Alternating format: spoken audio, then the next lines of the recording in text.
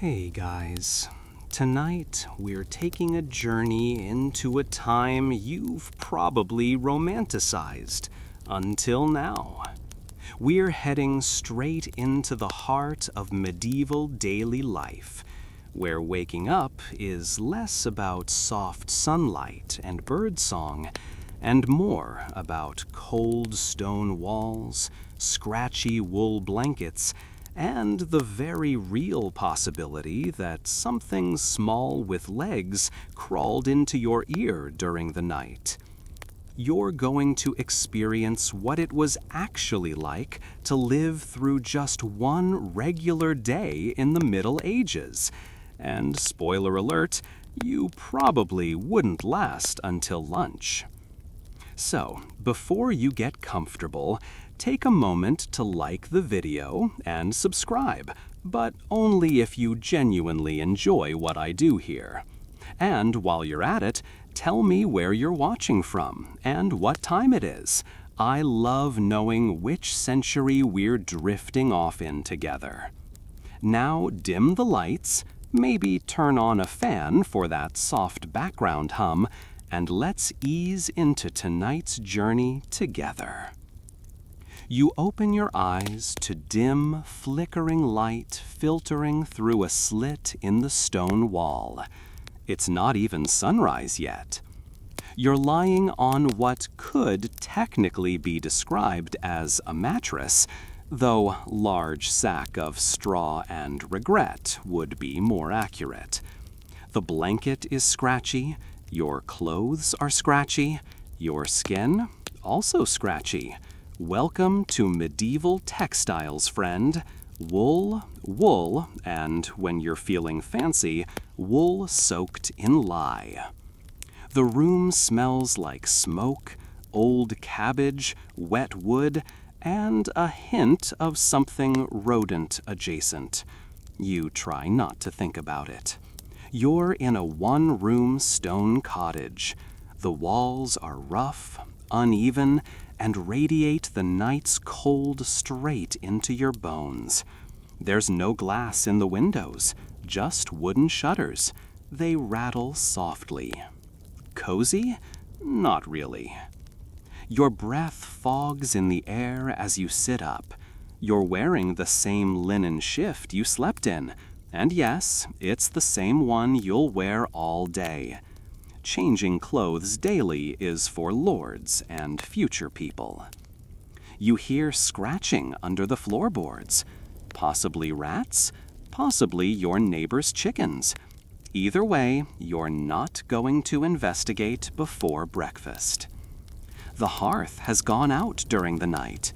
You'll need to relight it if you want warm food or even a flicker of comfort. There's no flint in reach. Instead, you get up, knees cracking like old wood, and step into the chill, looking for the smoldering embers you hopefully banked before bed. If not, you'll need to beg a coal from a neighbor, again. Your fingers are stiff, numb. You fumble around the coals with a stick, blow gently, and pray. A faint glow. Success!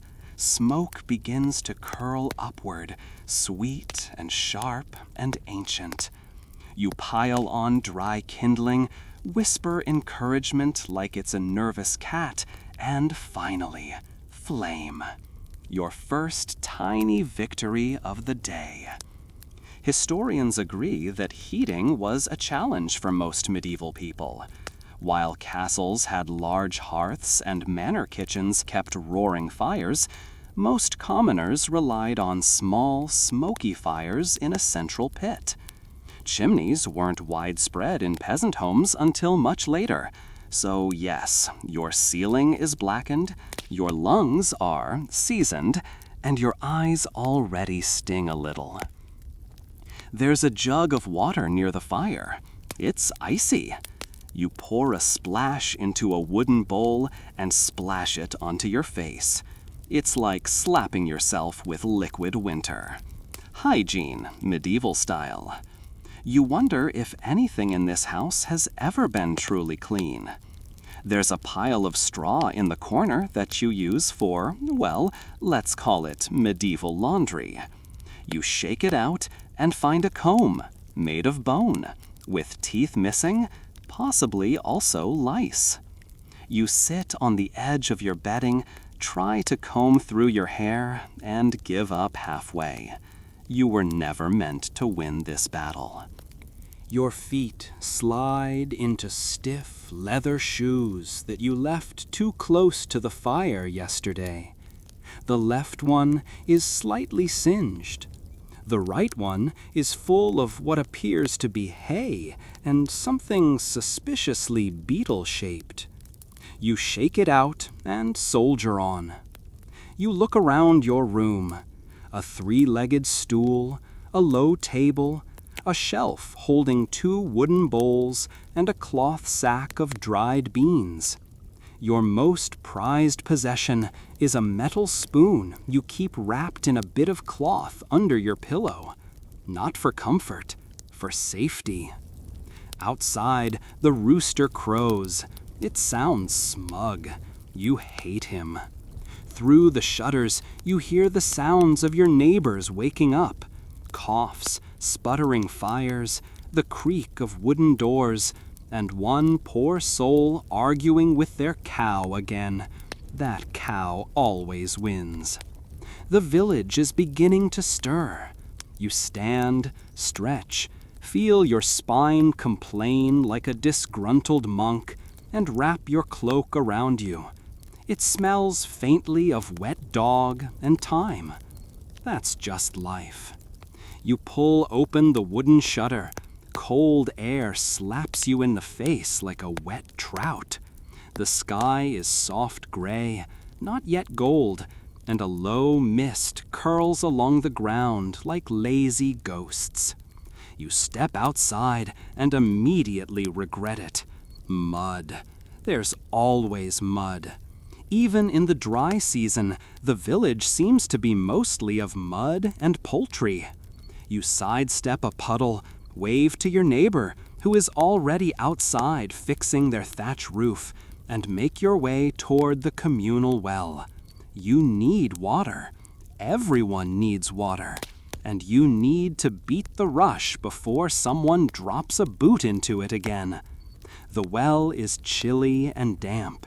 You wait your turn behind a woman with 7 children, each of whom is attempting to poke the bucket with a stick. One succeeds. Water everywhere. She scolds them. You pretend not to notice. Eventually, you get your turn. You lower your bucket, hear the soft splash, and crank it back up with numb hands. The rope creaks. Your shoulder twinges. You carry your prize back like a medieval champion. By the time you return, the sun is beginning to peek over the horizon. Not warm yet, not even friendly, just present. You enter your home again, place the water near the hearth, and sit down to contemplate breakfast. There's stale bread. You tap it. It knocks back. You gnaw the edge and convince yourself it's textured. You dip it into water to soften it. Still chewy, but it won't kill you, probably. You miss butter. You don't even know what coffee is. You'd sell your left foot for a boiled egg. But you have bread and a sliver of cheese that's beginning to walk. You nibble the cheese. It tastes like a strong opinion. You nibble it anyway. This is morning in the medieval world. Cold, damp, confusing. You haven't even done anything yet, and you're already exhausted. But the rooster crows again. The village is awake, and so are you. Imagine you are reading by candlelight to someone lying in bed. Let your voice be steady and peaceful, allowing the listener to unwind and fall asleep with ease. The moment you start to feel like you've survived the morning, Nature reminds you that your body still operates on basic biological principles. You, dear sleeper in the wrong century, have to go. But in medieval times, the bathroom is less a room and more an experience, a harrowing one. There's no flushing toilet waiting for you, no gleaming ceramic bowl, no fragrant soap dispenser shaped like a tiny goose. There's just you, your vaguely clean linen underclothes, and a wooden seat over a pit, if you're lucky. More likely, you'll be using a chamber pot, essentially a glorified bucket that dares you to aim while still half asleep. Yours is made of clay and is already half full from the night. You eye it with suspicion. It eyes you back. You carry it outside, arms stretched out like it's something radioactive, because in a way, it is. You walk it over to the designated spot, a communal trench behind the goat shed, affectionately referred to as the stinky end. There you empty it with a dramatic flick and try not to inhale too deeply. Historians still debate whether people really used leaves, moss, or just the rough side of shame when it came to cleaning up. What we do know is there's no toilet paper, no bidet, and very little privacy. You do your best with a small handful of hay, a smooth pebble, and a muttered prayer. You rinse the pot in a nearby puddle because the idea of clean water for waste is centuries away, and place it upside down near the door to dry in the sun, if the sun ever decides to make an appearance today. Your hands now feel like they need a sabbatical. You wash them in the same wooden bowl you used for your face earlier. The soap is lumpy, gray, and smells faintly of lard and something floral, or possibly fungal. You scrub until the chill in the water numbs your sense of smell. Next is hair. You wet your comb in the water, though honestly, it might be cleaner without. The comb is carved from bone, its teeth uneven and slightly menacing. You drag it through your hair. It snags. You yelp. A single louse, disturbed from its nap, runs for cover. You sigh. He probably has a name by now. Lice are a way of life here. Some people wear little linen coifs to sleep in, hoping to trap them. Others just pretend they don't exist. You, however, are now aware and itchy. You scratch your scalp and wonder how much worse the day can get. Then you glance down at your shirt. It's stained, scratchy, and smells like it went through battle. You sniff your armpit cautiously and immediately regret it. Time for a change. Except you don't have a change. You own one shirt. Maybe two if you're wealthy. So you do what everyone else does. You wipe it down with a damp cloth, sprinkle some powdered sage on your chest, and declare yourself refreshed. As you step outside again, the breeze reminds you that your cloak is still slightly damp from the night dew. It clings to your shoulders like a reluctant toad. You adjust it and walk to the communal washing area, where a few villagers are already gathered, doing their best with cold water and strong forearms. One woman is beating her husband's tunic against a rock like it owes her money.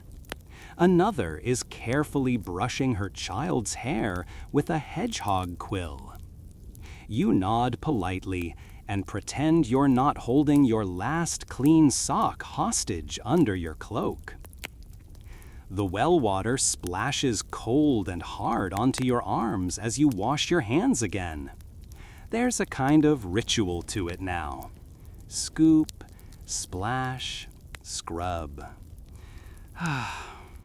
You glance at the soap someone left behind, a yellowish lump wrapped in cloth, and wonder if it's just wax pretending.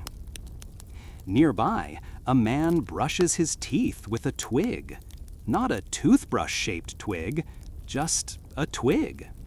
He chews the end until it frays, then rubs it across his teeth like he's scrubbing a particularly stubborn turnip. You try it. It tastes like bark and shame, but your teeth feel not worse. Dental hygiene is a hit-or-miss affair. Some people chew herbs. Others rinse with wine or vinegar. You once saw a woman polish her molars with sand and a duck feather. You don't ask questions anymore. Back at your home, you prepare your mouthwash. Cold water with mint leaves, if you're lucky. Today, you're not. Just cold water and the lingering taste of the bark. You swish and spit into the grass, which is already patchy from years of the same. And now that your breath is tolerable, your skin is relatively clean, and your pot is empty, you face the final horror of the morning routine, your undergarments. You have one pair. They are wool.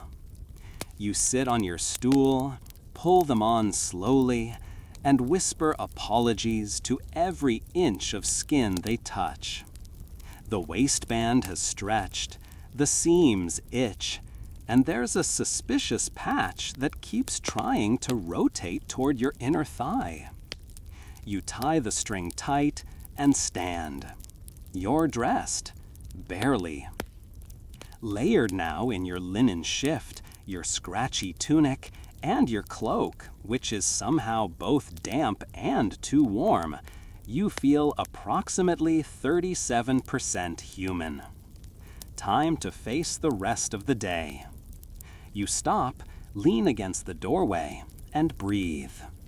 The fresh air carries a hint of baking bread, burning wood, and distant manure. A new sound enters your ears. The church bell. Matins.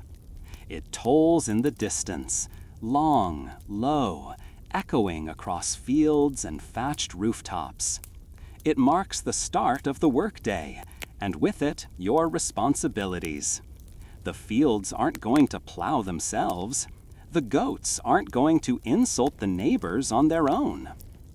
But before you go, you catch your reflection in the smooth bronze ladle hanging by the fire. Your hair is wild, your eyes are tired, your tunic is backwards. You sigh and begin again. Breakfast, or what passes for it, isn't so much a meal as a series of half-hearted bites and wishful thinking. You return indoors, cheeks cold, feet muddy, hands still red from washing, and you stare at the wooden shelf beside the hearth where your food supplies reside in a dramatic state of dwindling. You've got a crust of yesterday's barley bread. It's hard, vaguely rectangular, and might technically be considered a weapon in some jurisdictions. You pick it up, it fights back. You knock it against the table. It sounds like a small drum. There's a wedge of cheese, too, but it's shrunk overnight, or sweated itself into a slightly new shape. Either way, you carve off a bite. It's sharp enough to remind you it's alive. Not moldy necessarily, just assertive. You break the crust into pieces, drop them into a clay cup of lukewarm water from the pot by the hearth, and let them soften into a sad little porridge. That's breakfast. It's called pottage when you're lucky, mush when you're honest. No eggs, no bacon, no fresh milk unless the cow is in a mood, which she isn't. No fruit because it's not summer. Just barley, cheese, and whatever optimism you can chew through before your jaw locks up. A neighbor knocks on the door. You nod, let them in. They're holding a small clay bowl. More stale bread. Trade, they ask. You eye the offering. It's flatter than yours, possibly made with lentils. You swap it for a pinch of your cheese. They take a sniff, nod, and disappear into the mist. That's breakfast diplomacy in the village. You sit down on your stool, elbows on knees, cradling your cup of soggy bread. The fire crackles. The wind howls faintly through the shutter gaps. You chew. It takes time, effort, jaw stamina. You start to fantasize about butter, just butter, thick and soft on warm wheat. Historians agree that the medieval breakfast wasn't what we think of as breakfast. For the poor, it was often skipped or simplified to whatever scraps were left from the day before. For nobles, it was sometimes considered uncivilized to eat early at all. Monks would wait until after morning prayers. Farmers had no such luxury. You ate what you could, when you could, and prayed it didn't come back to haunt you. Some days, the local miller might trade you some leftover oat flour, or you might have access to beans or turnips. But not today. Today, it's just grain and gravity. After eating, you scrape your bowl clean with a bit of stale crust, then rinse it with warm water and wipe it dry with a cloth that's seen better centuries. You wipe your hands on your tunic, because everyone else does, and step outside again. A fog has rolled in. The village is half shadow, half silhouette. You hear footsteps squishing in mud. A rooster is still crowing, drunk on his own echo. Somewhere nearby, a cart creaks and groans like it resents its own wheels. You're not alone in your hunger. The entire village is stretching, coughing, and gnawing its way into the day. As you pass the baker's hut, you smell better bread than you'll ever taste. He's got access to white flour, the good stuff. You've got coarse barley flour and your imagination. He nods at you, flour in his beard, arms like tree trunks, and slides a loaf into the oven with the casual elegance of a man who will always smell like toast. In the square, a few villagers are sharing a bowl of something hot. Lentil stew, maybe. One of them drops in a sprig of dried herbs. Everyone leans in like it's magic. You settle near the communal fire pit and chew your last piece of bread slowly. You savor the faint smokiness from the fire. You pretend it's spice. Someone offers you a sip of weak ale. You nod gratefully. It's sour and flat, but safer than the water, and it warms your throat on the way down. No one drinks water straight unless they're lucky enough to be near a clean spring, or very foolish. Across the square, two kids are pulling on the same heel of bread. One wins, the other wails. A woman scolds both, then hands them something else, what might be a dried beetroot. They chew it like it's candy. You look at the bread in your hands, now just crumbs. You try to remember the taste. Mostly it was effort with a hint of yeast. The church bell tolls again. Work calls. But for a moment you linger. Your belly isn't full, but it isn't empty either, and that's something. You glance up. A crow stares down from the wooden eaves of the alehouse. It looks at you like it knows how long it's been since you had a decent meal. You flip it a crumb. It doesn't move. Typical. As you stand, you pass by the cottage of old Magda, who's boiling something in a pot over her hearth fire. The smell is halfway between soup and something cursed. She waves you over, scoops out a ladle of broth, and offers it in a cracked wooden cup. You hesitate, then sip. Onion, maybe wild garlic, possibly snail. It's hot. It's not terrible. You nod gratefully, hand the cup back, and she waves you off with a cackle. Historians still argue whether meals in medieval villages were mostly shared affairs or private ones. Evidence suggests both happened. Some families hoarded, some shared, depending on the season, the harvest, and the personalities involved. But hunger was a community experience. Everyone knew what it was like to wish a turnip had more calories. You check your pouch. 1 coin left, and 2 stale beans. Ew. The day is long. The fields are calling. But at least, for now, your stomach isn't complaining. You shoulder your bag of tools, nod to the goat that watches you like it knows your secrets, and step into the fog. Time to work off that porridge. You're only a few steps out of the square when the mud grabs your foot like a lonely cousin. It slurps as you pull your boot free and keep walking, the fog clinging to your cloak, the morning sun still hiding like it owes someone rent. You're headed to the fields because you're a peasant.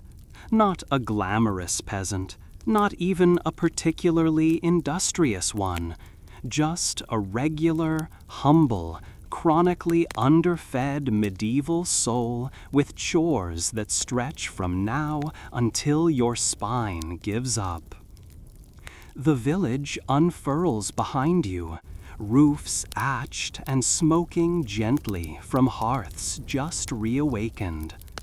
Chickens strut around like they own the place. One glares at you, possibly Father Gregor's goose in disguise. You glare back. It hisses. You pick up a pebble. It hisses louder. You apologize and move on. Ahead lies the manor's land, the open fields broken by low stone walls and scraggly hedgerows. Rows of winter rye, some trampled, some surviving. You're responsible for a narrow strip today, a sloped patch that always stays damp no matter the season, the sort of earth that looks at a hoe and laughs. Your job is to prep the furrows, dig, turn, repeat, with a wooden spade and a grumble. You pass other villagers doing the same, sweating, grunting, and occasionally singing songs about turnips and heartbreak. One man sings to his ox. The ox looks unimpressed. You stop and glance at the tool in your hand. The spade is split at the handle, wrapped with twine and hope. You test the soil. It sucks at the blade like porridge. Excellent. You dig, and dig, and dig. It's like unrolling the earth's worst blanket. Your back aches after 10 minutes. You pause, roll your shoulders, and stretch your neck until it pops like an overripe pea. The wind cuts across the field and reminds you your cloak is still damp. Across the way, old Elfrida is scolding a goat that appears to be chewing through her sack of seeds. She hurls a clod of dirt at it. It catches the seed sack and runs. She swears loudly. In Latin, sort of. The manor steward passes by on horseback. He surveys the field like a disappointed stepfather, points at a furrow someone else has missed, and rides off with the smugness of someone who hasn't touched a spade in his life. Historians still debate the social pressures of feudal farming. Were peasants obligated to labor under strict watch? Was there flexibility, negotiation, or shared labor systems? The answer, as usual, depends on where, when, and whether your lord had a hangover. In your case, today's lord isn't even present. Just the steward and a group of increasingly tired field workers who keep making up songs about turnips just to stay awake. You lean on your spade. Your hands are blistered. Your cloak is muddy, and you've got dirt in your ears somehow. Suddenly, from behind the hedgerow, you hear rustling. You freeze. Could be a thief. Could be the goose again. Could be something worse. You inch closer. It's a child, holding a stick, with a cabbage tied to it like a flag. He yells, "Invaders!" and charges at your leg. You dodge, barely. His mother appears seconds later, grabs him by the ear, and apologizes. He's playing crusades, she explains. You nod politely and go back to digging, pretending not to wonder which side he was on. Later, you switch tools with someone else. Their hoe is only slightly less terrible than yours. You trade complaints and gossip. Someone thinks the baker's daughter is in love with the blacksmith. Someone else says she's just in love with his bread. Hard to argue with either. You pause for a brief break and nibble a piece of flatbread you tucked into your satchel. It's dry, cracked, and tastes mostly like satchel, but it's something. You chew slowly, sip from a wooden cup of lukewarm ale, and gaze out over the fields. The earth stretches endlessly, brown, silent, demanding. You cough into your sleeve. Everyone does. The dust, the cold, the constant labor. There's always something in the air or in your lungs. Then the steward blows his whistle. Time to move stones. Not just stones, boulders. Glorious, unreasonable boulders that need to be removed before planting can continue. You groan, help two others wedge a log underneath, and start rolling one downhill. It fights back. Your feet slip, your hands scrape. The rock rolls 6 feet and stops. Everyone cheers. You collapse onto a mossy log. Lunch is a dream right now, something that might happen. You try not to look hopeful. A boy comes running from the manor with news. One of the pigs is loose in the orchard. Half the village cheers, the other half gets up to catch it. You stay, because there's still work to do. You pull out your sickle and start trimming brush. Every swing slices slowly through vines and brambles.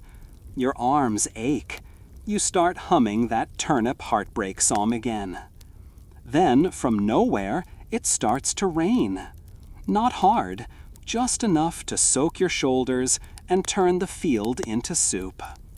You pull your cloak tighter. It doesn't help.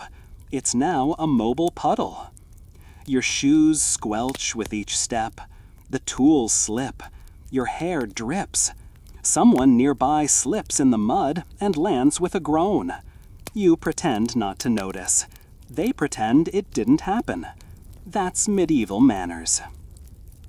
By late afternoon, You've done more squatting, lifting, and trudging than you thought humanly possible. The field is still not finished, but you are. The steward dismisses the workers. You trudge back to the village, wet, filthy, and so hungry you'd eat that bread flag if the cabbage kid hadn't already licked it. As you reach the village, you pass the manor kitchen window. Inside, the cooks are roasting something. It smells like meat and glory. You lean against the wall, sniffing the air like a dog in church. Your stomach growls. You whisper, "Soon." Then you slip in a puddle and land in the mud with a satisfying splat. No one sees. You lie there for a second, then get up, brush off, and limp home with dignity, only slightly wounded. The goose is waiting. You step around it.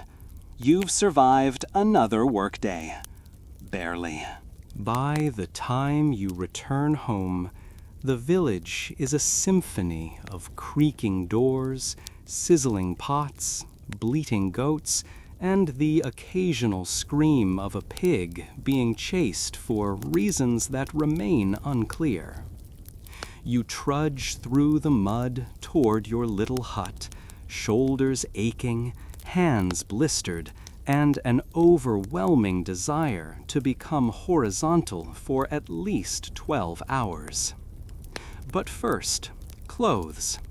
Let's talk about your outfit, because it's been doing you no favors. You peel off your cloak, which now weighs twice as much thanks to the rain. It lands on the floor with a splat and a smell that could qualify as medieval bouquet.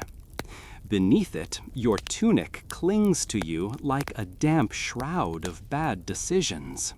You pull it off slowly, revealing the ever-faithful linen undershirt, which has held up bravely under sweat, soil, and suspicious smells.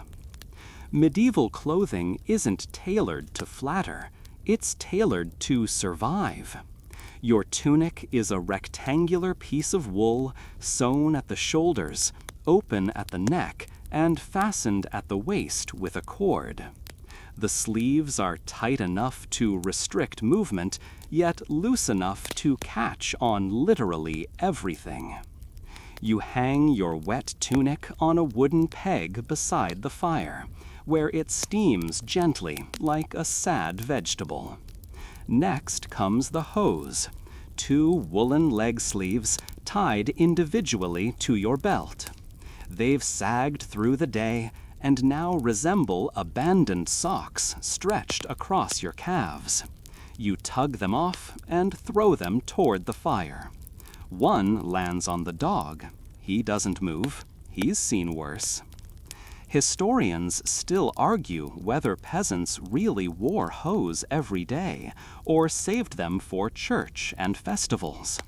Some believe working men wore simple leggings or none at all in hot months. Others argue that everyone, even the lowest farmhand, had at least one decent pair for keeping warm. Your pair, however, has a hole in the knee and smells like defeat. You examine your shoes, leather turn shoes with thin soles tied with rawhide cord. They're soaked, scuffed, and may or may not contain a beetle. You remove them and set them by the hearth, where they begin to steam ominously. Your linen shift, your base layer, has seen better days. It's stained at the collar, frayed at the hem, and clings to you in all the wrong places. But it's the one thing you'll sleep in tonight, the same thing you wore yesterday, and likely tomorrow. There's no wardrobe, no drawer full of socks. You own maybe 3 garments, 4 if you count the extra hat, which you're pretty sure was chewed on by something small and nocturnal. You slip on your knighthood, a soft cloth cap meant to keep your head warm while you sleep. It looks silly, feels silly, but without it, you'll wake up with frost on your eyebrows. Dignity is optional, warmth is not. You toss another log on the hearth and sit by the fire, cross-legged, holding your hands out like you're praying to a god made of timber and smoke. Your fingers are cracked. Your nails are black at the edges. Your knuckles are sore from gripping tools not designed with ergonomics in mind. You pull your spare cloak around your shoulders. This one is slightly less damp, though it still smells of sheep and sorrow. You clutch it tight and glance around your home. There's a shelf with 2 wooden bowls, a wooden spoon, a wax candle stub barely tall enough to stand, a woven basket filled with straw and the remains of a long forgotten carrot, and hanging from a peg on the far wall, your belt, your knife, and your most trusted accessory, a leather pouch filled with lint, 1 coin, and a dried fig you're saving for either a celebration or an emotional emergency. Someone knocks on the door. You groan. It's your neighbor, Willem, holding up what looks like a spare pair of breeches. "These yours?" he asks. You squint. "Where'd you find them?" "Goose was wearing them." You nod solemnly. "They're mine." You take the breeches, thank him, and hang them by the fire. The goose is definitely mocking you. You sit back down, pull your cap lower over your ears, and poke the fire with a stick. Sparks dance upward like fireflies with opinions. Outside, the sky is bruising to purple, and the sounds of evening settle over the village. Horses snorting in their stables, a baby crying 2 cottages over, the creak of someone fetching water from the well, and the soft, rhythmic squelch of a pig wandering through a puddle. Medieval life is all about layers. Layers of clothing, layers of mud, layers of exhaustion. You shift your blanket and scratch at your ankle, where the wool left a welt the size of a walnut. You whisper a quiet apology to your legs.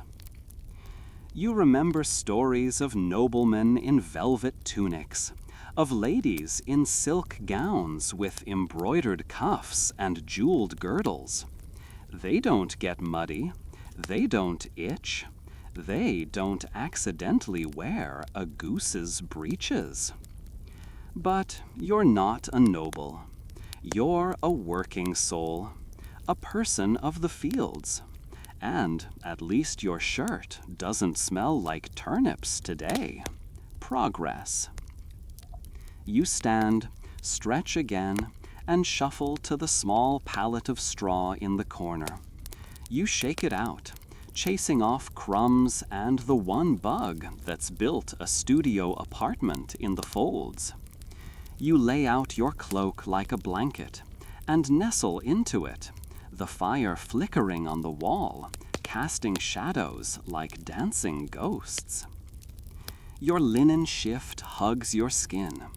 Your cap slips over your brow, and just as you start to drift, the breeze shifts, the goose honks, and outside, a new chill rolls in.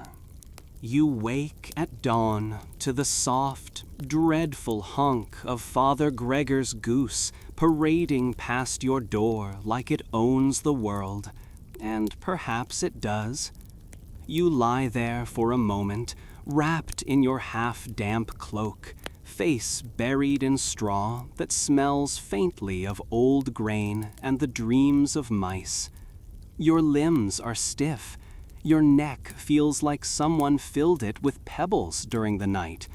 And your ankle, the one that flirted too closely with a puddle yesterday, pulses with the rhythm of medieval regret. But today's not a field day. Today, you go to market. You rise slowly, like bread that forgot to rise at all, and wince as your feet touch the cold floor. The fire's out, the coals are sleeping, and the chill has crept in overnight like a jealous cousin. You rub your arms, shake off your linen shift, and layer yourself in wool once more. The tunic is dry, mostly. You do a little jig to warm up. Your knees crack like old doors. Your stomach grumbles. It wants bread. It gets none. You chew a piece of dried apple from a pouch and pretend it's satisfying. Out in the village square, the market buzz is already starting to stir. Carts creak, dogs bark, and someone is arguing with a goose, possibly the same one from earlier, possibly a decoy. You pass the baker's wife arranging loaves on a wooden tray. They smell like heaven. You keep walking. You have no coin. In your hands, you carry your wares, a bundle of dried herbs, 3 turnips that could also double as weapons, and a spool of hand-spun wool that looks more like tangled regret. You tuck them into your basket and join the slow procession out toward the market road. It's not far, just down the dirt path that winds past the river and through the trees. But it's muddy, very muddy. You sidestep puddles, your shoes protest. Your ankles already miss the warm fire you didn't have time to build. The market sits near the edge of a larger village, surrounded by wagons, barrows, and livestock tied to fence posts with bits of twine and hope. The smell hits you first: roasted onions, damp straw, sweaty wool, and something fishy you don't investigate. Stalls are set up in crooked rows, tarps flap in the wind. There's a man shouting about eels.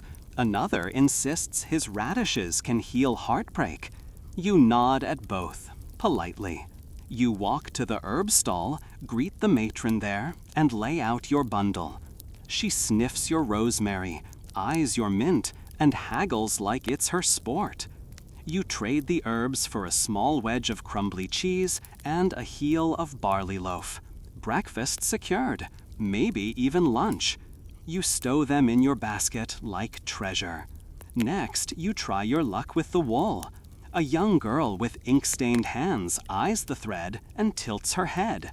"That's very rustic," she says. She trades you 2 beeswax candles for it. You pretend it was your plan all along. The turnips go to a fishmonger who seems to pity you.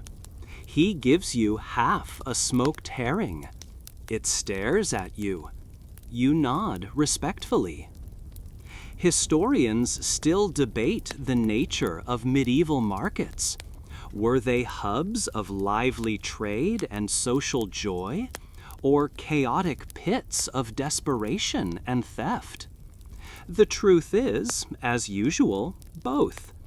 Markets were vital, the heart of the village's economy, a place where you could trade labor for leeks or gossip for a scoop of lentils. And everyone, from monk to miller's apprentice, passed through eventually. You wander further. A juggler tosses wooden pins in the air, while a child tries to sell magic pebbles she swears glow under moonlight. A boy trips over a piglet and lands in a basket of cabbages. No one helps. Everyone claps. You eat your cheese slowly, perched on a low wall. A wandering friar passes by, muttering blessings. You hold out your last coin and ask for one. He blesses your elbow. It tingles, possibly psychosomatic. You trade your herring for a bowl of hot porridge laced with onion and a suspicious amount of black pepper. It's the best thing you've eaten all week. You don't ask what it's thickened with. You don't want to know. A friend passes by, a tanner named Robert, his hands stained brown, his smile tired. You going to the cobbler, he asks. Just to look, you say, knowing you can't afford anything. You both stroll toward the edge of the market, where the cobbler's stall sits, stacked with shoes, boots, and a single glorious pair of leather slippers embroidered with green thread. You stare at them the way a poet stares at the sea. The cobbler nods to you. Too dear, he says, before you even ask. You nod back, just admiring. Next to his booth, a woman sells cloth dyed with onion skin and indigo. You trace your fingers along the fabric, then tuck your hands in your sleeves before temptation makes a fool of you. The sun is higher now. A little warmth slips into the air. You breathe in smoke, meat, wool, bread. It's not fresh. It's not clean. But it's alive. You barter the last of your turnip leaves for a lump of beeswax. The merchant throws in a bit of twine and a wink. Don't say I never did anything for you, she grins. You laugh softly. On your way out, a boy runs past you, trailing a string with a wooden goat attached. It squeaks as it bounces over stones. He's shrieking with joy. You smile. Then the goose reappears, the real one. It locks eyes with you. You take a wide step to the left. You make your way home slowly, the market fading behind you like a forgotten song. Your basket holds the day's prizes: cheese, bread, beeswax, and the sort of dignity that comes from not falling into a cabbage cart. Back in your cottage, the fire is cold, but the room is still. You stow your things, light a candle with a spark from your flint, and settle in to watch the flame flicker. Outside, the sun begins to set, and for once, you're warm. By the time twilight settles over the village, you're reminded, again, that medieval life saves its best comforts for those with coin, title, and access to stone walls that don't leak when it rains sideways. Tonight, you're visiting the castle. Not as a guest, of course. Let's not get carried away. You're there to work. Maybe eavesdrop, and definitely marvel at how the other 2% lives. The path winds uphill toward the keep, carved into the muddy slope by countless wagon wheels and the endless plodding of boots much fancier than yours. The castle looms like a pile of stone that's learned how to judge. Its towers are short but sturdy. Its walls are damp but impressively mossy. A flock of pigeons guards the main gate. You nod to them. They do not return the courtesy. A guard waves you through without much interest. You're known here, not by name exactly, more as that one with the interesting hat or the woolly one who doesn't steal. It's enough. You shuffle inside, greeted by the earthy scent of hay, damp stone, horses, and roasted something. possibly venison, possibly pheasant, possibly yesterday's goose. You hope it's the goose. The great hall is lit by torchlight and warmed by a central hearth that roars like a lion that just inherited property. You feel the heat instantly, dry, golden, and thick with the smell of spiced meat. Your clothes steam faintly, so do you. And then you see them, the nobles, draped in silk, velvet, and fur, lounging on cushions like sleepy leopards. One picks at her roast quail with a dagger whose hilt is worth more than your cottage. Another gestures lazily to a servant who rushes over with a goblet of mead and a napkin monogrammed with an actual boar, embroidered in gold thread, for wiping mouths. You glance down at your sleeve. It has a beet stain and a button made of old bone. You stand a little straighter anyway. Your job tonight is to carry firewood.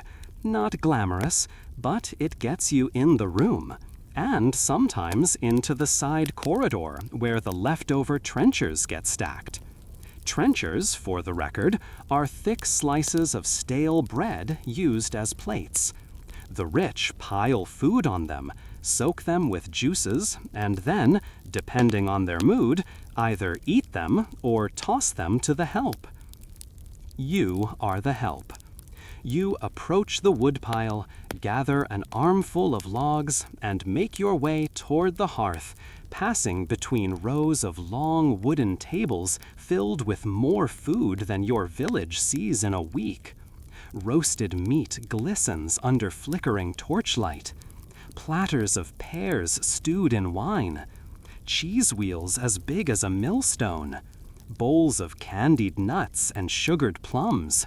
Your mouth waters. Your stomach sings. You pretend not to notice.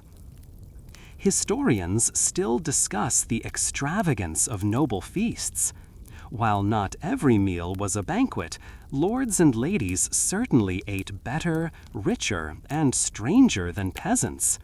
Hedgehogs baked in pastry, swan served in its own feathers, jellies molded into towers, and sauces, so many sauces, most involving vinegar, raisins, cloves, and the kind of wine that would leave a modern sommelier weeping softly into their stemware. You glance down at your sleeve. It has a beet stain and a button made of old bone. You stand a little straighter anyway. Your job tonight is to carry firewood. Not glamorous, but it gets you in the room, and sometimes into the side corridor where the leftover trenchers get stacked. Trenchers, for the record, are thick slices of stale bread used as plates. The rich pile food on them, soak them with juices, and then, depending on their mood, either eat them or toss them to the help. You are the help. You approach the woodpile, gather an armful of logs, and make your way toward the hearth, passing between rows of long wooden tables filled with more food than your village sees in a week. Roasted meat glistens under flickering torchlight. Platters of pears stewed in wine. Cheese wheels as big as a millstone. Bowls of candied nuts and sugared plums. Your mouth waters. Your stomach sings. You pretend not to notice. Historians still discuss the extravagance of noble feasts. While not every meal was a banquet, lords and ladies certainly ate better, richer, and stranger than peasants. Hedgehogs baked in pastry. Swan served in its own feathers. Jellies molded into towers. And sauces, so many sauces, most involving vinegar, raisins, cloves, and the kind of wine that would leave a modern sommelier weeping softly into their stemware. You pass a servant carrying a bowl of what appears to be fish pudding. He looks haunted. The lord of the manor sits in a high-backed chair at the center of the head table.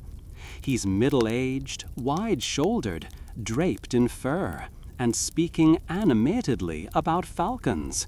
You gather he owns 3. One is moody. One is injured. One is missing.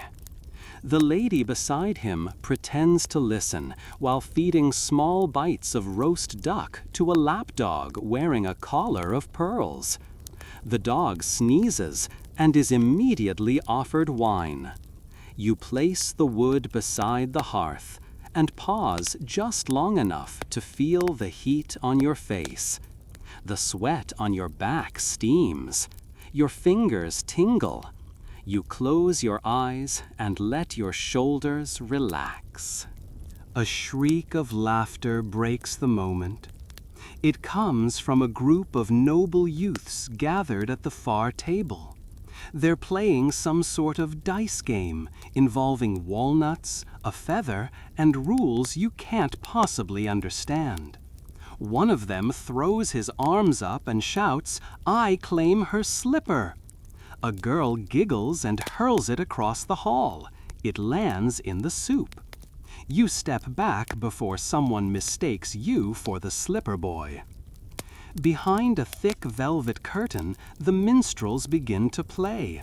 A gentle strumming of lutes, the soft trill of a flute, and a drum that sounds suspiciously like a barrel being tapped with elegance. A young man recites poetry. He rhymes moonlight with doomfight. It doesn't go well. Still, the room applauds. Your next task is to refill the candles. You move from table to table, replacing stubs of beeswax with fresh ones. It gives you a chance to linger near the food. A trencher is left unattended. You casually brush a bit of goose fat into your sleeve, for later. Your version of fine dining. You overhear snippets of conversation. One noblewoman is complaining about the embroidery on her new smock. It's too heavy, she says, and the gold thread makes her sweat. Another bemoans the state of her tapestry collection. Too many lions, not enough allegory. Meanwhile, the kitchen staff is working like an army preparing for siege. Boiling, carving, stuffing, seasoning. A roast pig with an apple in its mouth gets paraded past you like a royal. You nod respectfully. The pig does not respond. Eventually, your chores wind down. The nobles are beginning to doze. A few lie back on cushions, wine staining their lips, their voices slurred with comfort. One has fallen asleep mid-pair, the fruit resting on their chest like a trophy. You slip out the side door into the cool night, belly rumbling, sleeves greasy, breath fogging in the starlight. Behind you, the feast continues. You pull your cloak tight and begin the walk back down to the village. You are not a noble. But for a few hours you stood near the fire, and for a moment you were warm.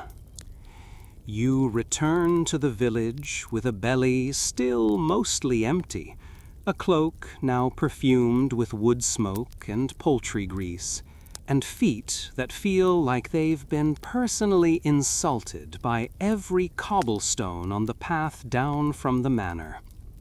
The night air is crisp, and the stars blink lazily above, arranged in constellations you can never quite remember, except the one that looks like a bent spoon. You think it's called the Farmer's Regret, or maybe that's just you projecting. It's late, but not so late that the village has gone to bed. Lights still glow from behind shutters. A dog barks at something invisible, possibly a spirit, possibly a leaf. and somewhere in the darkness, a cow grumbles like it's just been reminded of taxes. You round the corner of your cottage and find your neighbor, Ulrich, standing over a fire pit with a small iron pot. He stirs it with the seriousness of a man hoping to alchemize mud into stew. He glances up. Castle was feasting again. You nod, tug your cloak tighter, and sit on the log beside him. He hands you a cracked bowl, half filled with what might be lentil stew, or possibly oat porridge with onion ambition. You don't ask, you accept. It's warm, it's edible, and it doesn't actively try to escape the bowl, which already makes it a top-tier meal. You both eat in silence for a while, the fire crackling, the stars twinkling, and the stew sticking gently to your ribs. I heard, Ulrich begins, pausing for dramatic chewing, that they ate swan tonight. You glance at your bowl. This isn't swan. Nope. You both nod solemnly. Historians often describe the medieval diet in broad strokes. Nobles ate meat and spice. Peasants ate bread and hope. But the truth was far messier. There were feast days, famine years, unexpected blessings of fish, and long stretches of cabbage-based despair. Tonight, though, you've scored a bowl of warmth and a moment of quiet, and that's no small thing. Ulrich offers you a heel of bread, hard, but still chewy if you gnaw with determination. You accept it with the reverence of a man being knighted. Across the square, you see light coming from the alehouse. It's late, but the tavern is still open. Inside, someone is playing a lute badly, and a group of villagers are laughing like people who've forgotten how cold their homes are. For a brief, foolish moment, you consider joining them. Then your legs remind you they are no longer accepting new responsibilities. You stay seated. The wind picks up slightly. The fire flickers. Ulrich tosses in another log. I heard someone's getting married, he says. Who? No idea. Could be a goat. Could be the miller's boy. You shrug. As long as there's cake. He chuckles. Cake. Good one. You both chew in silence again. The fire begins to settle into embers, glowing red and pulsing like sleepy coals with big opinions. You rinse your bowl in a pail of water and hand it back to Ulrich, who thanks you like you gave him half a kingdom. That's the rhythm of things here. Shared warmth, small favors, the quiet barter of survival. You return to your cottage and open the door gently. Inside, the hearth is cold again, but the air feels softer, warmer somehow, after the stew and the fire, and the reminder that someone else is still stirring their pot too. You light a candle stub, place it on the table, and kick off your shoes with a noise that's more sigh than grunt. The straw mattress waits. You shake it once to banish spiders or dreams you're not ready for, then nestle into it with your cloak wrapped around you like a whisper. Your thoughts begin to soften around the edges.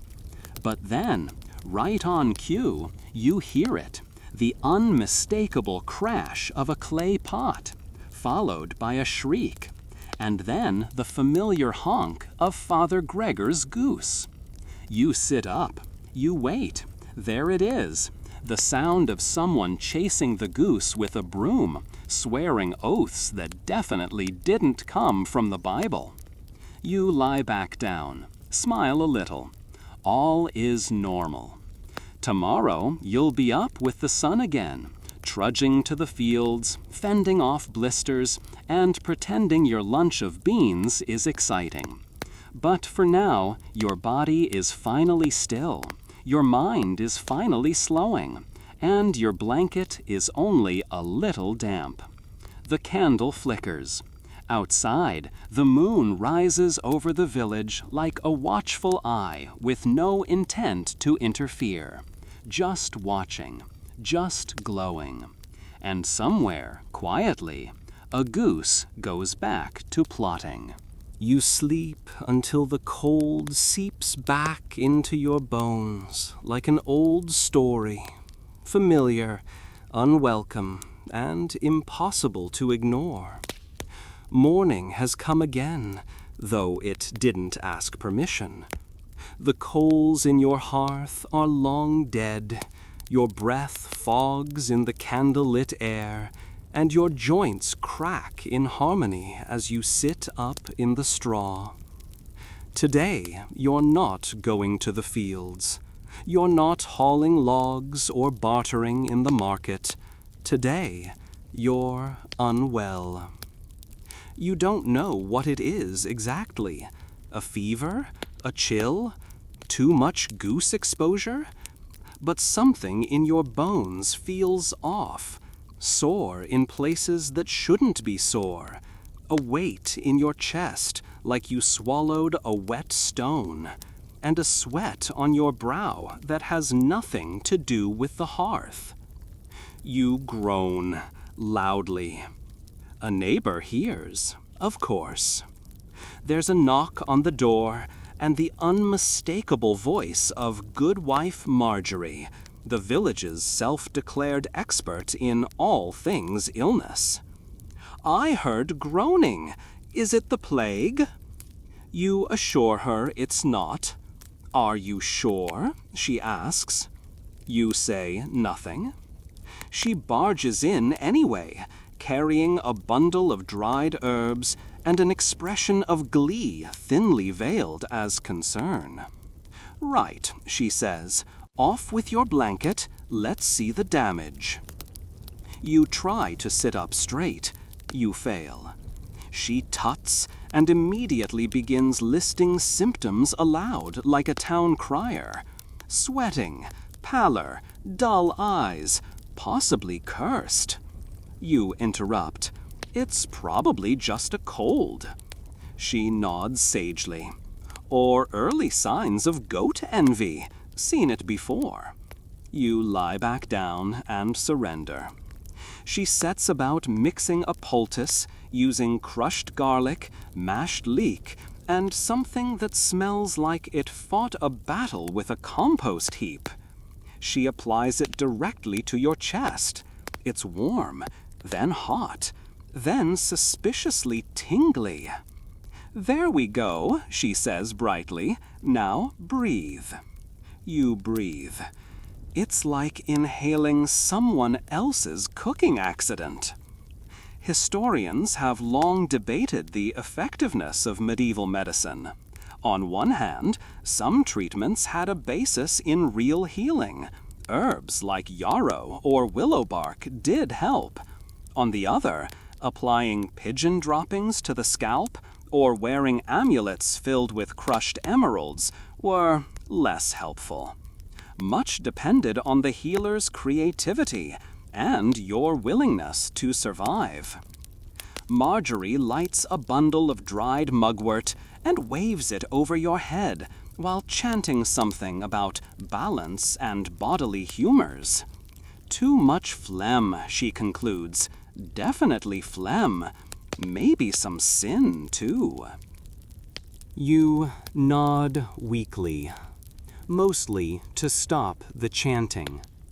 She leaves eventually, promising to return with a beetroot infusion and a singing bowl. You aren't sure what that means, but you hope it involves less garlic. Later, you attempt to sit up and sip from a wooden cup of lukewarm water. It tastes like the bucket. You try a bite of bread, but your stomach disagrees. You lie back and stare at the ceiling, which seems to tilt slightly.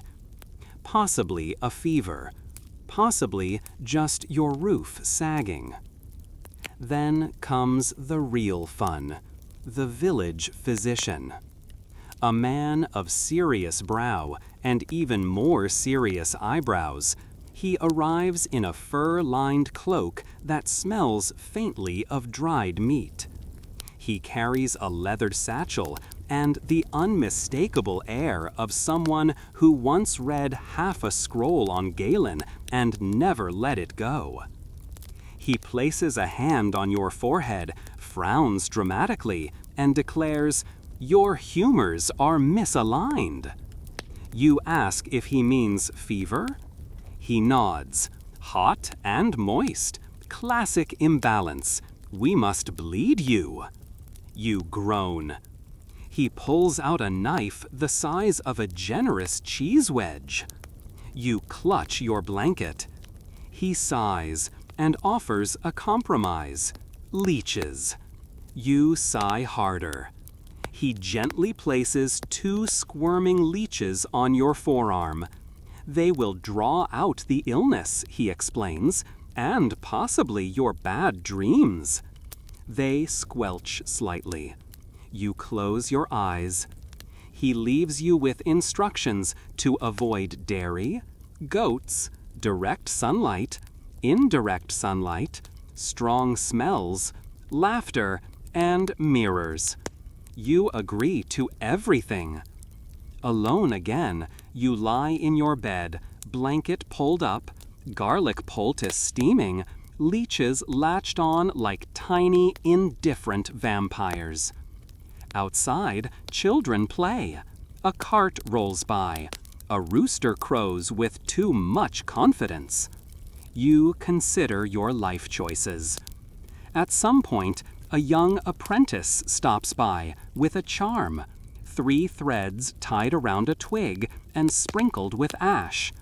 "Hang this above your door," he says, "keeps out spirits." You thank him. Hang it. Hope the spirits are as gullible as you are. By afternoon, your fever has broken a little. The leeches fall off with audible sighs.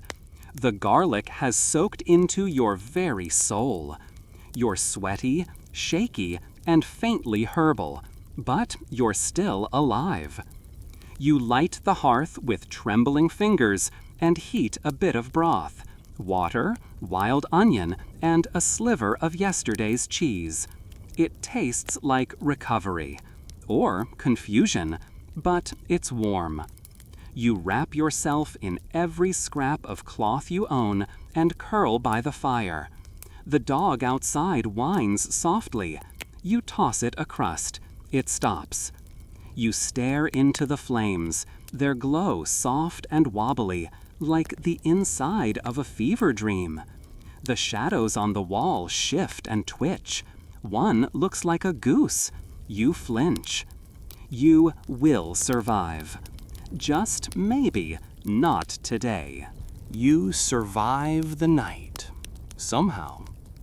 You wake to the tolling of the church bell, a long, echoing clang that reaches into your bones and reminds you that time, unlike your appetite, never takes a sick day.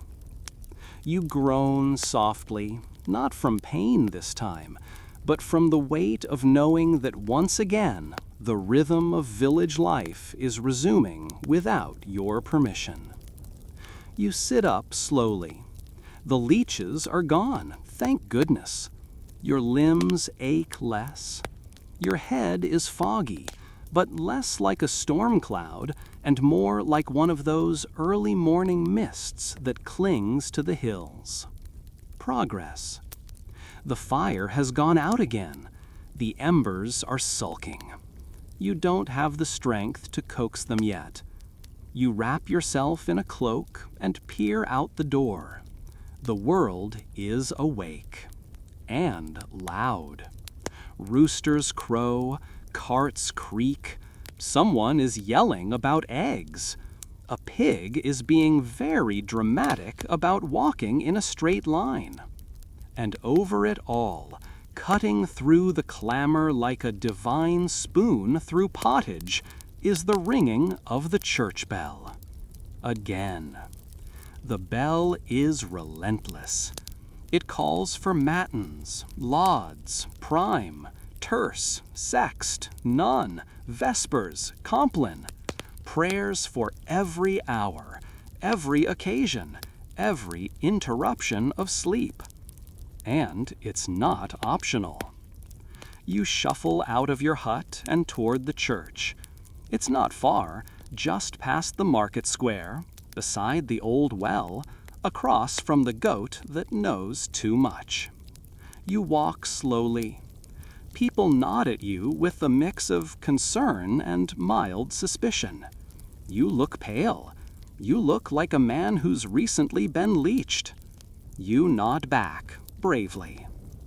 The church is stone and timber, simple but sturdy, with a bell tower that looms like a judge. The bell hangs high, a heavy bronze beast that's been waking people up for generations and isn't remotely sorry about it. You enter the nave and slide into the back row, cloaked, quiet, and mostly upright. The monk at the front reads from a manuscript by candlelight. His voice is soft, steady, like rain on a roof. He speaks of sin, of humility, of the importance of weeding both your garden and your soul. A baby cries, an old woman snores, someone coughs, a deep, echoing cough that suggests either illness or excessive enthusiasm for onion soup. You close your eyes, not to sleep, just to rest. The chanting continues. Monks in brown robes file in and begin to sing in a tone that hovers just above human comprehension.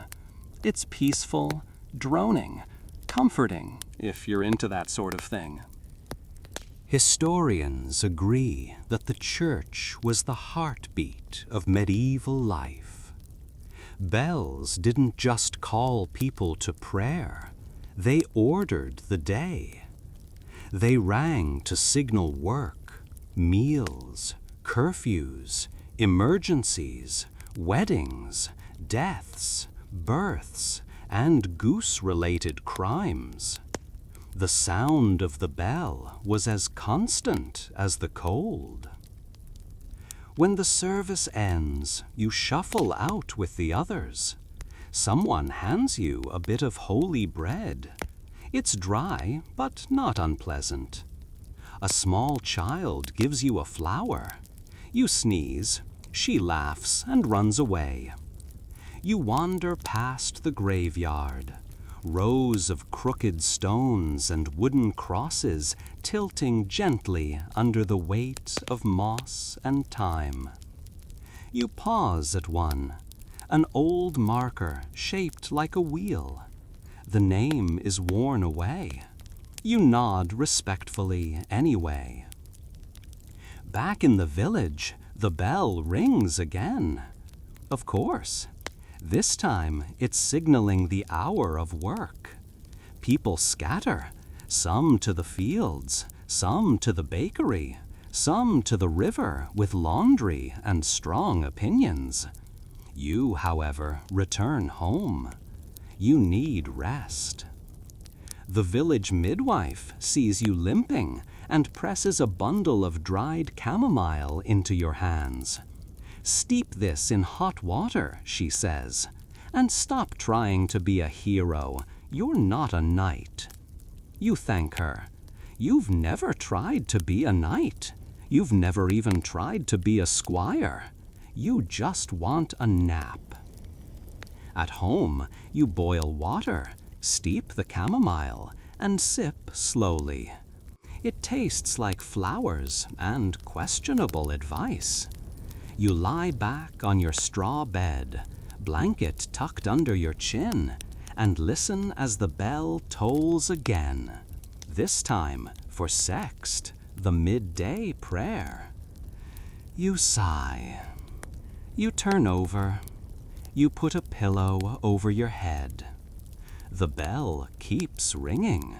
It always rings, even when the village is quiet, even when no one is listening, even when you're just trying to sleep off a fever and the trauma of garlic paste on your chest.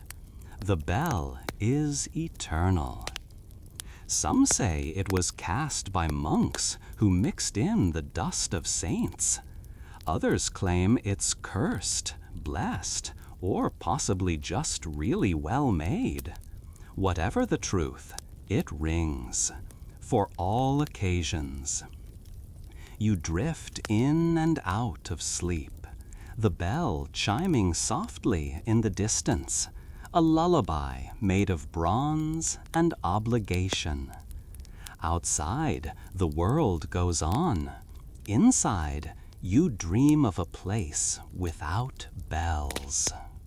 The sun is high now, hanging pale in the sky like an old coin someone tried to polish and gave up halfway through. You wake slowly, reluctantly, from a dream that involved bread that didn't fight back and a goose that finally apologized. But today is not for dreams. Today is for work. Specifically, your job, which is terrible. There's no polite way to put it. Your assigned task this week is thatching, roof thatching. The kind of labor that makes your knees cry out in multiple dialects and your shoulders ask questions like, "Why was I born?" Your hands, blistered from previous tasks, aren't even surprised anymore. They've accepted their fate. They just ache quietly. You pull on your tunic and sling a bundle of reed stalks over your shoulder. The roof you'll be working on today belongs to the alewife, Goodwife Annis, whose house has leaked since Pentecost and now sports a hole the size of a moderately embarrassed sheep. She insists the drip is holy, but her sleeping cot disagrees. You make your way through the village, stepping over puddles, dodging a cart stuck in a rut, and narrowly avoiding a goat again. That goat should run for Reeve. It would probably win. Thatching is not glamorous. It involves climbing rickety ladders built by someone with a liberal interpretation of structurally sound, balancing on beams barely wider than your foot, and securing bundles of reeds to rafters using twine and prayers. You reach the cottage and greet Annis, who hands you a jug of something vaguely drinkable and points to the ladder. "Try not to fall this time," she says, helpfully. You nod. "I'll try." You begin your climb. The view from the top is muddy. You see rooftops below, a few villagers hauling water, one child trying to teach a chicken how to jump, and the same goose pacing ominously near the smithy. You settle onto the beams, test your balance, and begin tying the bundles of thatch. It's a rhythm. Lay, twist, secure. Lay, twist, secure. All while keeping your toes clenched on slick timber and your eyes peeled for wasps, which adore rooftops almost as much as saints adore martyrdom. Historians note that roofing was a specialized job, but in smaller villages, tasks rotated among whoever was breathing and recently guilted into helping. Today, you are that someone. You're not trained. You're just here. After an hour, your back is a question mark, and your hands are flecked with cuts. A sparrow watches you from a nearby beam, head tilted, judging, always judging. You pause for a sip from the jug. The liquid tastes like ale, vinegar, and regret. You drink it anyway. Halfway through rethatching the ridge, your twine snaps. The bundle unravels. A cascade of reeds rains down on Annis's garden, crushing 3 leeks and a basil plant. You sigh. She yells something about saints and starts gathering the mess. You descend, apologize, retie the bundle, and climb back up. By midday, you've managed to patch the worst of the hole. It's not pretty, it's not even symmetrical, but it doesn't leak, probably, you hope. You descend like an old man, joints groaning in chorus, and plant your feet on blessed flat earth. Annis hands you a heel of barley bread and a pickled egg. You eat it with the reverence of a nobleman. It's sharp, vinegary, and possibly older than you, but it fills a hole. Then she hands you a second bundle of reeds. You blink. More? She points to the chicken shed. They're getting dripped on. Of course they are. You trudge over and start again. This time, a chicken tries to help. It pecks your boot and steals a piece of twine. You watch it run away with the smugness of a nobleman escaping taxes. You don't chase it. You just sigh and tie the next bundle a little tighter. Later, you're tasked with ditch digging. The ground is wet, the mud is thick. Your shovel has a split in the handle. You dig anyway. It's for drainage, or possibly punishment. Hard to say.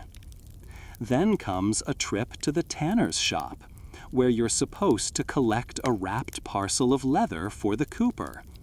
You agree, then regret it instantly. The tannery smells like a goat exploded in a wine barrel, and no one cleaned it up for a month. The tanner, a cheerful man named Godefroy, greets you with open arms and a nose you try not to inhale around. He hands you the leather, thanks you profusely, and offers a sniff of his curing that. You decline strongly. Historians still debate how anyone managed to survive long hours of tanner work without permanent nose damage. They suggest workers either got used to it or lost their sense of smell entirely. You carry the parcel back to the cooper, passing through the square where someone's reciting rude poetry about the Lord's favorite hunting dog. A few people laugh. Someone claps. The poet gets pelted with a turnip. You nod. Classic village entertainment. By the time you return to your cottage, your tunic is soaked, your hands raw, and your legs feel like overcooked parsnips. You slump against the wall, lower yourself to the floor, and close your eyes. But it's not over yet. You forgot about the chamber pot. You groan. Get up, take it outside. Because your job is never really done. Trial by cake, also known in some circles as ordeal by baked goods, is a local tradition that exists in a strange corner between justice and entertainment. It involves the accused eating a dry, crumbly barley cake while swearing their innocence. If they can swallow without choking, they're innocent. If they cough, sputter, or the cake falls from their mouth like a sad snowfall, guilty. Historians still scratch their heads over this one. Was it symbolic? Was it superstition? Was it a clever way to humiliate someone while finishing off stale festival leftovers? Probably all three. Oswin is led to the center of the square. A solemn-looking woman, Agnes the baker, presents a truly intimidating cake. Hard as bone, dry as old scripture, with the texture of compacted sand and the moral judgment of a disapproving nun. Oswin takes it. Everyone leans in. He bites, chews, swears softly, and then a cough, a small one, but enough. The crowd gasps, the goat bleats, the reeve shrugs, guilty. Oswin is gently led to the stocks. He sighs like a man who's been here before. He probably has. Children throw cabbage leaves at him. Someone tosses a shoe. It's his own. He thanks them. The crowd disperses slowly, gossiping about the goat, the cake, and whether Oswin's punishment will include scrubbing the communal latrine pit. Probably. You make your way back home, chuckling softly. Justice may be swift, confusing, and crumb-based, but it works, sort of. Back at your hut, the evening is settling in. The shadows grow longer, stretching across the ground like sleepy giants. You toss another log on the hearth and sit back. But your evening isn't quite over, because just as you settle into your seat, there's another knock at the door. It's Ansem, the Reeves assistant. "Need you to help with accounting," he says, "for fines and fees. Also, we lost track of the goat again." You sigh. Pull on your cloak, grab your torch, and follow him back out into the night, where justice still calls, and so does that goat. By the time you and Anselm finish counting the fine money, which includes 4 copper coins, 2 buttons, a dented spoon, and a promising-looking stone, the stars are blinking overhead, and the air has turned that special kind of cold that seeps into your bones like it has a personal vendetta. You head back toward your cottage with the heavy knowledge that the day is not quite done, because night in the medieval village doesn't mean quiet. It means noise of a different sort, livestock rustling, wind rattling shutters, and animals that refuse to respect human sleeping hours.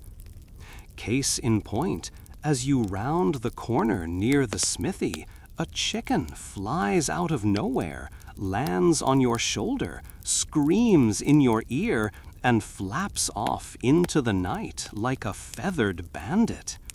You swear softly, which in this era amounts to muttering, "Saints preserve me," with the emotional force of a shipwrecked monk. You get to your door. You're ready. You're done.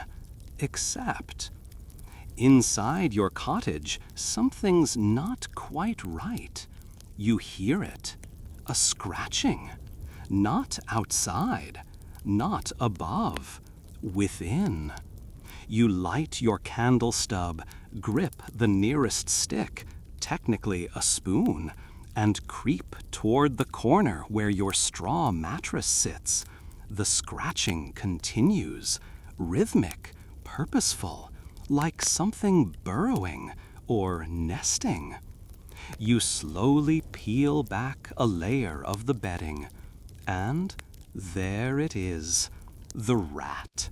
Not a mouse, not a beetle, a full, unapologetic rat, middle-sized, beady-eyed, sitting on your only extra sock.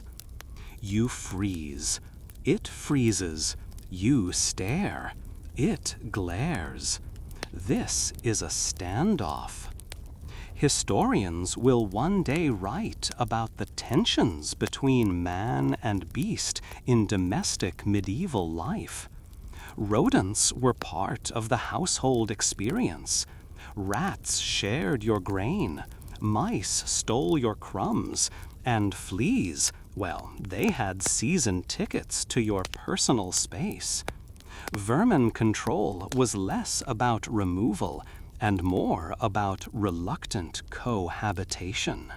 Tonight, however, the rat has crossed a line. That was your sock. You lunge. It scampers. Across the room, over your firewood pile, and out the door like it's late for an appointment. You recover your sock, inspect it, sigh, and decide it can still be saved. You fluff the straw, shake it out, and hope no other guests remain. Then you settle in, or try to, because it turns out chickens have returned to the rafters. At least 3, possibly 4. They roost above your bed like judgmental ceiling ornaments, each shifting slightly every few minutes, raining down the occasional feather, and one time, something worse. You slide your cot a few inches to the left, just in time. Then there's the pig. You don't own a pig, not technically. But a neighbor's pig has, for reasons known only to itself and the saints, chosen the space beneath your floorboards as its preferred snoring chamber. And snore it does, loudly, wetly, like a bellows possessed by an asthmatic spirit. You lie there in the dark, listening to this ensemble. Chickens fluttering, pig snoring, occasional goat bleat in the distance, and the ever-present wind whispering through the chinks in the walls like a ghost trying to rehearse a sermon. You pull your blanket tighter. You close your eyes, and then the scratching begins again. Different spot. You open one eye. You sigh. It's not the rat this time. It's something smaller. Possibly an adventurous beetle. You don't investigate. Instead, you turn over and think about how the nobility likely sleeps on feather mattresses with hound puppies at their feet and embroidered pillows that smell like lavender and self-importance. You have straw, lice powder, and dreams. Still, you manage to drift. A little. Until one of the chickens slips off its perch and lands with a thump on your pillow. You scream. It screams. You both scream. You sit up, disheveled, blinking at a chicken sitting calmly by your candle stub like it meant to do that. You relocate the bird. It squawks. The others grumble.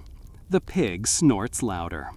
You flop back onto your bed and stare at the dark ceiling, waiting for morning. Because night in the medieval village is anything but silent. The hours crawl past. The candle burns down to a sad nub of wax, flickering once before it gives up entirely. You're now lying in near total darkness, swaddled in your blanket like a grumpy caterpillar, with straw in your hair, a faint smell of goat in your cloak, and a mild concussion of the soul from the chicken impact.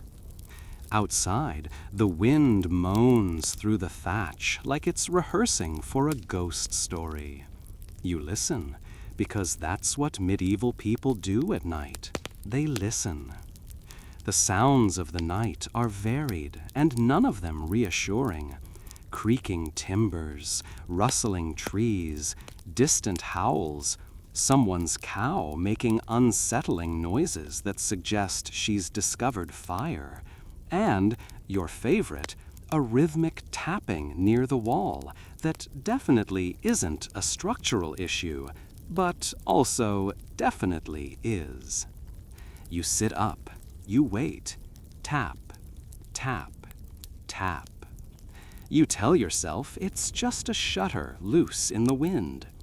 Then you hear a whisper. No, not a ghost, just your neighbor, Ulrich, apparently talking to his chickens again, through the wall. "Not now, Margaret," he mutters. "It's too dark for rebellion." You lie back down, of course, but sleep is still far off. So you light your mind's candle, the one people use when real light is scarce, and start watching shadows shift on the inside of your eyelids. That's when you remember the Night Watch story, a local tale told in whispers of the spectral hound that patrols the village border, black as soot, silent as mist, sniffs out wrongdoers, or maybe it just really hates tax evaders. Hard to say. You imagine it now, slinking through the hedgerows, all glowing eyes and supernatural disapproval. You chuckle softly, and then something bangs, loudly. You shoot upright, heart thudding like a blacksmith on festival day. Was that the door? You hold your breath, listen, nothing. Then a soft, rhythmic scuffing against the wood. You reach for your spoon, your noble, chipped, deeply unthreatening wooden spoon. You inch toward the door, creak it open, and there it is, the goat, again, staring at you like it knows. It snorts once, turns around, and walks away. You shut the door. This is your life now. Eventually, the noises fade, or you stop registering them. One by one, your muscles loosen. Your head sinks back into the straw. The air gets colder, but your body's too tired to care. You pull the blanket over your head like a medieval turtle and hope the world stops making goose noises for a few hours. Historians write very little about actual medieval sleep. We know it was segmented, first sleep and second sleep, broken by hours of wakefulness when people would pray, think, make tea, stoke fires, or, more likely, complain about pigs snoring under their homes. You're in the between now, the quiet middle, where dreams come and go like villagers sneaking back from a tryst. Your mind drifts. You dream of feathers, of enormous wheels of cheese, of a noble banquet where someone finally hands you a perfectly warm barley loaf and no one throws it at a goat. Then the candle stub flares and dies. And you wake again. The moon has shifted. Your breath still fogs in the air. Your feet are cold. You get up, shuffle to the fire, stoke it gently, whispering encouragement like it's a grumpy cat. Sparks flicker, then grow. Light returns, golden and flickering. You warm your hands, stretch your back, and glance at the window. Dawn isn't far, but darkness still rules for now. You curl up again, pulling your cloak around your ears. Outside, the rooster starts early. Of course, he would. Inside, the pig snorts, a chicken shuffles overhead, and the wind sighs once more against the shutter. You close your eyes, and this time, sleep finds you before the goat does. The final hours of the night pass in a dreamy haze. Slow, heavy, wrapped in the kind of thick, undisturbed silence that only happens after your entire nervous system has given up for the day. Your dreams drift between absurd and oddly pleasant, dancing with a turnip that recites poetry, feasting on a loaf of bread the size of a cartwheel, and finally receiving a handwritten apology from the goose signed in elegant script. When the morning comes, it doesn't exactly announce itself. It tiptoes in. Soft gray light creeps through the cracks in your shutter, brushing your face like a sheepdog trying to be gentle. You blink awake slowly. The fire has burned down to ashy ghosts, and your blanket is tangled around your legs like it had its own dreams. You stretch, yawn, and sit up, discovering that your joints have spent the night stiffening themselves into question marks. Your neck cracks, your back complains, but something feels calm, quiet. Even the pig has decided not to snore through sunrise. You shuffle to the water bucket and splash your face, cold as always, but bracing, honest. You pat your cheeks and take a deep breath. The air smells like straw, smoke, and the faintest trace of something herbal, maybe the last of the garlic poultice finally fading from your skin. You step outside. The village is still asleep. No one yelling, no cartwheels groaning, no chickens doing gymnastics in the square. Just the wind in the trees and a few scattered crows making deals with the sunrise. You walk past your neighbor's cottage and smile at the sight of Ulrich's boots sticking out from under a cart. Either he fell asleep there, or he's begun a new form of protest. You decide not to wake him. You sit on a stone wall overlooking the fields. The earth is still damp, but the sky above it is pale gold, stretching out in slow waves over the distant hills. Smoke begins to curl from a chimney down the lane. You hear the soft clang of someone waking up their hearth. Somewhere nearby, a child giggles. You don't know why. You don't need to. You reach into your cloak pocket and find a piece of hard bread from yesterday. You gnaw on it. It tastes like effort, but also, oddly, like home. You think about everything you've endured. Cold mornings, suspicious cheese, airborne poultry, turnip-based justice, goat politics, medicinal garlic, and a pig with boundary issues.